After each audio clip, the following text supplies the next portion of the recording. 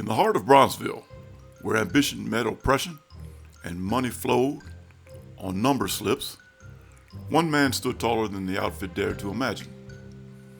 Theodore Teddy Rowe wasn't just running a racket, he was defending a kingdom, a black kingdom, from the mob's encroaching shadow. And for that, he paid with his life, but not his dignity. Welcome back to James on the Mob. I'm James Jenkins, host and narrator. In this episode, we enter the world of Chicago policy and discuss one of its most colorful and defiant characters. Theodore L. Teddy Rowe stands out as a singular figure in the annals of American organized crime, particularly within Chicago's notorious underworld. Unlike many of his contemporaries, Rowe, an African American, carved out and fiercely defended his own illegal gambling empire. His story is not merely one of criminal enterprise, but of a complex individual navigating a racially segregated society while challenging established power structures. Rowe was widely known as a policy king, a term for individuals who ran highly lucrative illegal lotteries, primarily on Chicago's South Side. This enterprise generated millions and provided a significant source of income for his community. We further cover the genesis of this lucrative empire and the Chicago outfit's aggressive efforts to dominate this racket. The game of policy was first introduced to the streets of Chicago in 1885. Brought by a trio whose diverse backgrounds mirrored the city's own melting pot of ambition and hustle. A white man named Patsy King, an Asian known as King Fu, and a black street hustler from New Orleans who went by the name of Policy Sam Young. Its structure was simple, accessible, and deeply compelling. Players would attempt to guess a three-number combination known as a gig from a set of numbers ranging from 1 to 78. These winning numbers were physically drawn from a large tumbling drum, referred to as a wheel. The genius of the operation lay in its accessibility and its deep integration into the fabric of daily life. Bets could be placed for as little as a penny, making it a game for the masses, not just for the wealthy. An extensive network of writers canvassed neighborhoods, collecting wagers door to door, while thousands of policy stations operated with remarkable openness from a variety of legitimate-seeming fronts. Cigar stores, garages, barber shops, and private apartments became the de facto betting parlors of the South and West Sides. The game was an institution played daily, sometimes with multiple drawings a day, offering the constant tantalizing hope of hitting the numbers and achieving a life-altering windfall. The sheer scale of the policy racket transformed it from a back alley game into a formidable economic force that wielded significant influence over the local commerce and city politics. By 1938, the Chicago Daily News estimated that an astounding $18 million was being wagered annually on the city's policy wheels, a figure equivalent to over $380 million in the 21st century.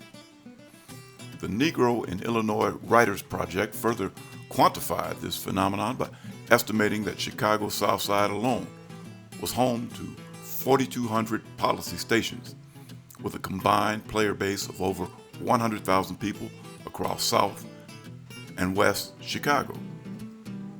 While many in the establishment viewed policy as a societal evil that fostered political corruption and exploited the poor, this perspective fails to capture the game's vital function within a racially stratified economy. In an era of systemic racism, redlining, and financial exclusion, where black entrepreneurs were routinely denied loans and access to capital, the policy racket became a powerful, self-sustaining economic engine. It was more than just a gambling game. It was an act of economic sovereignty. The policy kings who ran the major wheels created a closed-loop financial system, where the vast sums of money generated were reinvested directly back into the community. This illegal enterprise became a primary source of venture capital for legitimate black-owned businesses, including car dealerships and retail stores. It was a major employer providing thousands of jobs, from the runners on the street to the clerks in the counting houses. The profits also served as a form of social welfare, offering financial support for civic activities, providing patronage for the arts, and helping to build a thriving cultural and commercial hub of Bronzeville, which became known as the Black Metropolis. This financial independence was both the community's greatest asset and the primary reason it would become a target. The policy racket represented a massive, unregulated, and untaxed pool of wealth, operating entirely outside the control of the city's white power structure, both legal and criminal.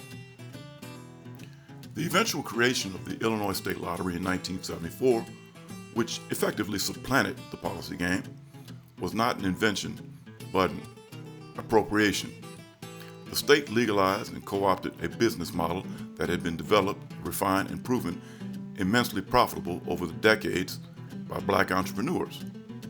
In a final, bitter irony, the wealth that was once circulated within Bronzeville to sustain its own economy was now redirected to state coffers, with a disproportionate amount of lottery revenue continuing to be drawn from the very communities that had once been served by the policy kings.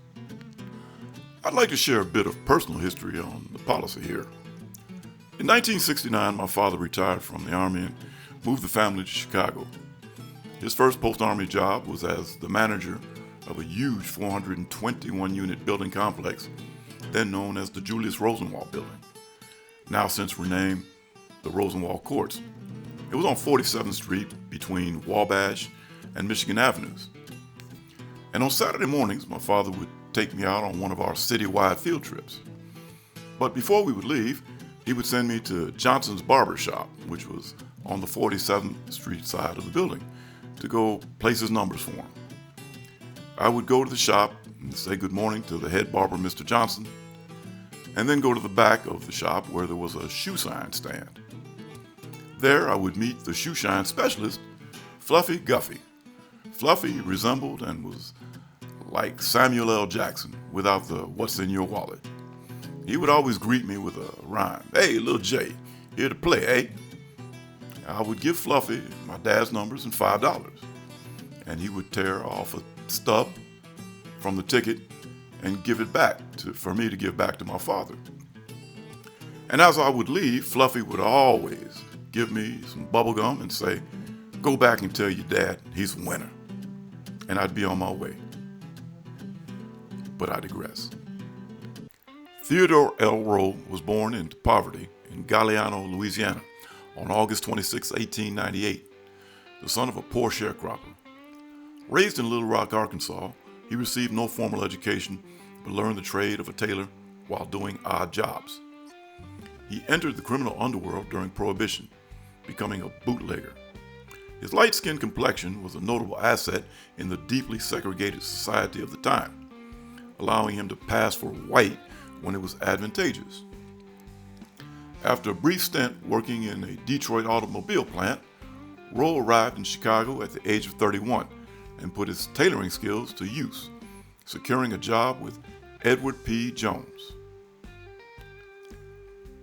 At the apex of the policy world stood three brothers whose ambition and acumen built the largest and most successful numbers syndicate in the nation: Edward, George, and McKissick, or Mac Jones. Their story is a microcosm of the black experience in mid-century Chicago, a narrative of migration, entrepreneurial brilliance, immense success against the odds, and the violent collision with a white power structure that would not tolerate their ascent. The Jones brothers were the sons of a reverend who had moved his family from Mississippi to first Evanston and then Chicago, Illinois, to escape the threats of the Ku Klux Klan. Their beginnings in policy racket were humble. They started by using money received from an insurance policy after the death of their father in 1924, running a small policy station out of the back entrance of their Jones Brothers tailor shop on 47th Street in the heart of Bronzeville. Under the sharp leadership of the eldest brother, Edward Big Ed Jones, this modest operation was meticulously grown into a sophisticated and sprawling enterprise. Ed, who had attended Howard University in Washington, D.C. to study to be a doctor, dropped it all to invest time and money into the policy racket. By 1946, the Jones brothers were the undisputed kings of a syndicate valued at an estimated $25 million, a fortune equivalent to nearly $400 million in today's currency. Their success was not confined to the underworld. They cultivated high-level civic and social connections and projected an image of legitimate prosperity. The crown jewel of their public-facing businesses was the Jones Brothers Ben Franklin store, located at 436 East 47th Street. This establishment was more than just a retail outlet. It was a landmark celebrated as the world's largest black-owned department store, employing over 150 people and serving as a potent symbol of black achievement. However, their glamorous and lavish lifestyle, which included a home with a gold leaf bathroom, could not be separated from the criminal enterprise that fueled it, and their very visibility made them a target. Teddy Rowe proved to be a natural in policy matters, and as the Joneses' operation grew from earning $2,000 a day in 1930 to $10,000 a day by 1938, Rowe received a substantial cut of the profits, becoming a wealthy and powerful figure in his own right. Teddy was in charge of the day-to-day operations, the tactical level. If there were any grievances or disputes, he would settle it by reason or by fist. Teddy Rowe cultivated a legendary reputation as the Robin Hood of the South Side. He was known to pay the hospital bills for newborn infants, cover the funeral expenses for the deceased, and walk the streets handing out $50 bills to the homeless. This generosity was not simply altruism, it was a sophisticated business strategy. By making the community a direct beneficiary of their illegal enterprise, the Policy Kings transformed thousands of residents into stakeholders. The goodwill they cultivated provided an invaluable network of lookouts and alibis, making it exceedingly difficult for law enforcement to penetrate their operations. And on the strategic side, Big Ed Jones was creating a policy infrastructure by organizing the major policy operators on the south and west sides of the city into a coalition. This group called themselves the Big 12 Policy Syndicate, which was the more formal name of the Policy Kings. The purpose of the syndicate, established in 1933, was to pool resources together for political protection, expansion of operations, and to enhance the community. Political protection came from payoffs and votes for the Kelly Nash Democratic machine, which controlled the city and Cook County politics. Payoffs were made weekly to a West Side bagman named Billy Skidmore. And by the way, I've covered the Kelly Nash machine in a separate video. I invite you to check it out. At the height of its power, the syndicate expanded to Chicago suburbs like Evanston and even as far downstate as Peoria, Illinois. And as stated earlier, the Policy Syndicate created jobs directly through policy operations and indirectly by providing venture capital funding for businesses and professional startups. This structure allowed the leaders to control territories, minimize violent disputes, and standardize operations, thereby maximizing profits and solidifying their collective power. Big Ed Jones was the chairman of the board, king of the Policy Kings, and throughout the 1930s, life was good until the Internal Revenue Service's Special Intelligence Unit began meticulously building cases against the syndicate's leadership, whose lavish lifestyles, as discussed earlier, were impossible to justify against their declared incomes. In 1940, the Jones brothers were indicted, and Edward Jones was eventually convicted and sentenced to 28 months in federal prison. This prosecution proved to be a catastrophic strategic blunder for the syndicate.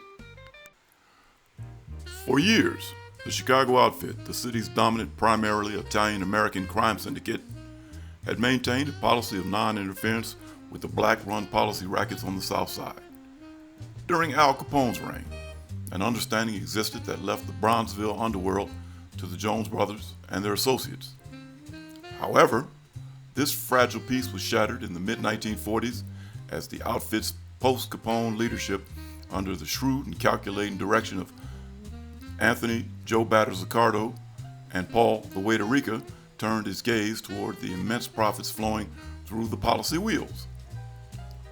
The catalyst for this strategic shift occurred in November 1946, when an up-and-coming outfit capo named Sam Giancana drove Ricardo and Rika to a policy counting room and showed them a basement room filled with cash stacked to the ceiling.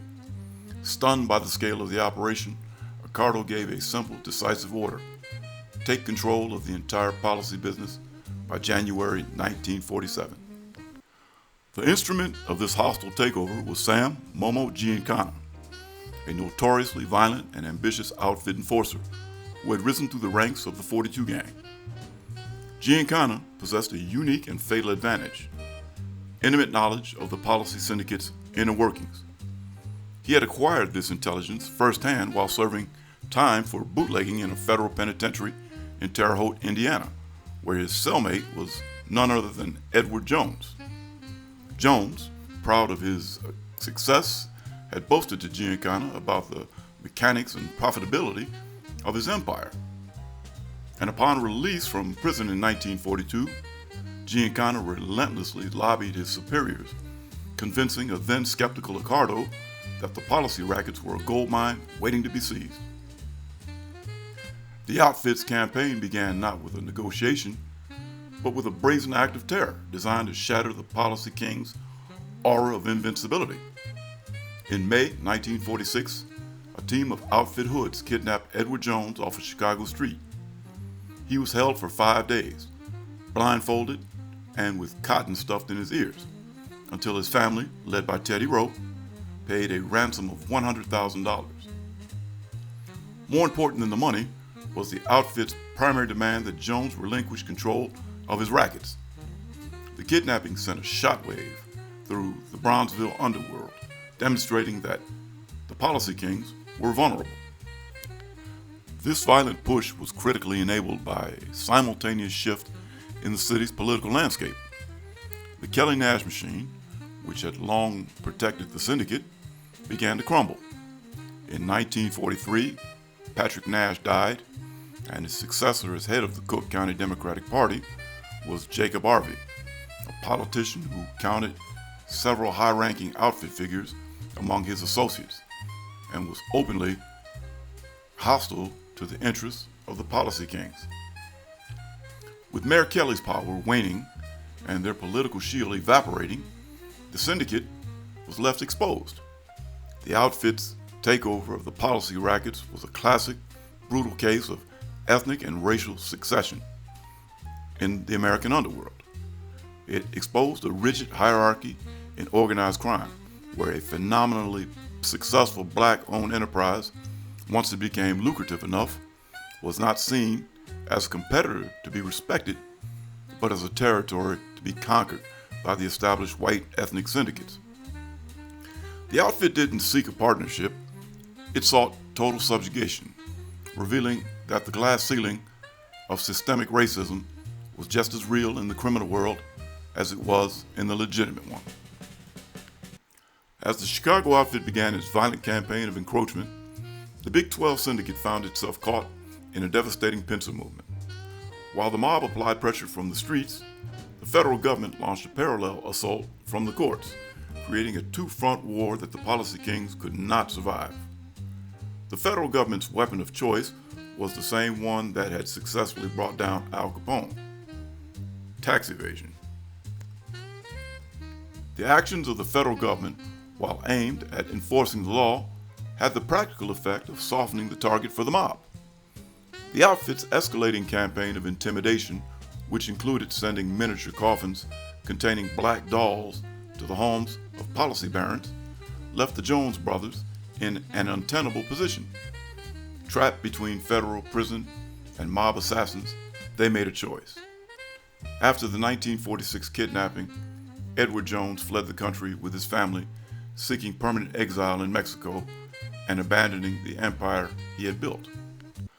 The departure of the Joneses left Theodore Teddy Rowe as the last major policy king willing to defy the outfit. Rowe refused to surrender his share of the business and had many verbal and physical altercations with the outfit during this period, setting the stage for a dramatic and violent confrontation. In December 1950, the U.S. Senate's Special Committee to Investigate Organized Crime in Interstate Commerce, known to the nation as the Kefauver Committee, brought its traveling crusade to Chicago. The committee, led by Senator Estes Kefauver of Tennessee, had become a national sensation with its televised hearings exposing the deep-rooted connections between mobsters, politicians, and police in cities across America. In Chicago, one of the committee's primary targets was the city's immensely profitable and deeply entrenched policy rackets. Among the key figures called to testify were the last great kings of the South Side's independent numbers game: Edward Jones, who had fled to Mexico but returned to face the committee, and his former top lieutenant, Theodore Teddy Rowe. Rowe's appearance was a masterclass in calculated testimony, a performance that was at once remarkably candid and strategically evasive. When questioned by the committee, Rowe was surprisingly direct about the nature and scope of his business. Asked to state his occupation, he simply answered, "Operating a policy wheel." He then proceeded to provide senators with a detailed and unvarnished look inside the mechanics of his operation, the main Idaho, Ohio policy wheel. Rowe's testimony painted a stunning picture of the policy racket scale. This level of openness was a strategic choice. By laying bare the sheer size of the enterprise, Rowe implicitly argued for its significance as a major economic force and employer within the black community. He presented himself not as a back alley bookie, but as the operator of a major, although illegal, financial institution. While Rowe was forthright about his own business, he was circumspect and vague when the committee's questions turned to the wider network of operators and, most critically, the system of political and police protection that allowed the rackets to flourish. This defiant performance before the United States Senate foreshadowed the violent confrontation that would come just 7 months later, when Rowe would kill an outfit soldier rather than cede control of his empire. On June 19, 1951, Giancana dispatched a hit team, including made man Leonard Fat Lenny Caifano, brother to the infamous outfit hitman Marshall Caifano, to kidnap or kill Rowe. In a stunning turn of events, Rowe turned the tables on his would-be assassins, fatally shooting Caifano on a South Side street. Charged with murder, Rowe mounted a defense that was as audacious as it was effective. He argued self-defense, and his legal team successfully linked the prosecution to the mob, leading to his acquittal. Upon beating the case, Rowe thumped his chest and exclaimed to reporters, "They'll have to kill me to take me."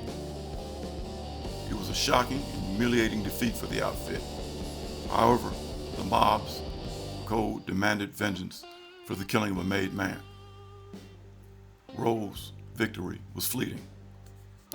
On August 1st, 1952, Rowe was told by doctors that he had stomach cancer and that it was inoperable.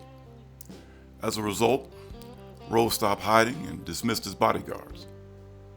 On August 4th, 1952, he dressed in a three-piece suit and hat and strolled down South Michigan Avenue. At around 10 p.m., as he was unlocking his car door on the street, a voice called, "Rowe!" He turned and was cut down by several shotgun blasts. He died slumped against a tree, which still stands outside his former apartment at 5239 South Michigan Avenue. Theodore Rowe was laid out in a $5,000 casket and received the biggest funeral of any Chicago African American since the boxer Jack Johnson in 1946. Thousands lined the streets to catch a glimpse of Rowe's 81-car funeral procession. At Rowe's funeral, Minister Clarence H. Cobb said, "He was a friend of man, and he had a pure heart." The outfit seized control of his policy wheels, and many felt that Theodore Rowe had pushed his luck too far. That is, until his widow revealed a secret. Ted had had terminal cancer and had been given only months to live, she said. Over an FBI wiretap during the early 1970s, Giancana said of Rowe, and I quote, "I'll say this, nigger or no nigger, that bastard went out like a man. He had balls. It was a fucking shame we had to kill him." Unquote. His public execution was a brutal and unequivocal message. It marked the bloody conclusion of the policy wars and the definitive end of the era of black-controlled organized crime in Chicago. The federal government and the Chicago outfit, though ostensibly adversaries, had acted as an unwitting alliance. The state's legal attacks weakened the syndicate, removing its leadership and creating disarray, which the mob then expertly exploited with violence to achieve its ultimate goal of total conquest. So goes the story of Teddy Rowe and the Chicago policy racket. Teddy Rowe's story is more than the tale of one man defying the mob. It's the story of a people who carved out independence in a city that rarely allowed it. The policy racket, born from the dreams and ingenuity of Chicago's black community, gave life to Bronzeville's businesses, schools, and churches long before the outfit ever took notice. Rowe wasn't just protecting numbers, he was protecting ownership, pride, and the right of his people to profit from their own enterprise. When the outfit came calling, Teddy Rowe stood his ground, alone if he had to. He refused to give tribute, he refused to take intimidation, and in doing so, he became both a target and a legend. His courage cost him his life, but his legacy still echoes through Chicago's streets. The fall of the policy kings marked the end of an era, but their impact, like Rowe's defiance, remains etched in the city's history. In the story of power and principle, Teddy Rowe proved that sometimes resistance is the truest form of victory. And in the comments below, let me know what you think of this episode, or who you might want me to cover in a future episode. I'm James Jenkins. If you like this story of Teddy Rowe as much as I enjoyed telling it, you know what to do. Hit that thumb, subscribe and share, and stay tuned for the next episode of James on the Mob. And remember, life is short, so don't whack it off. See yous.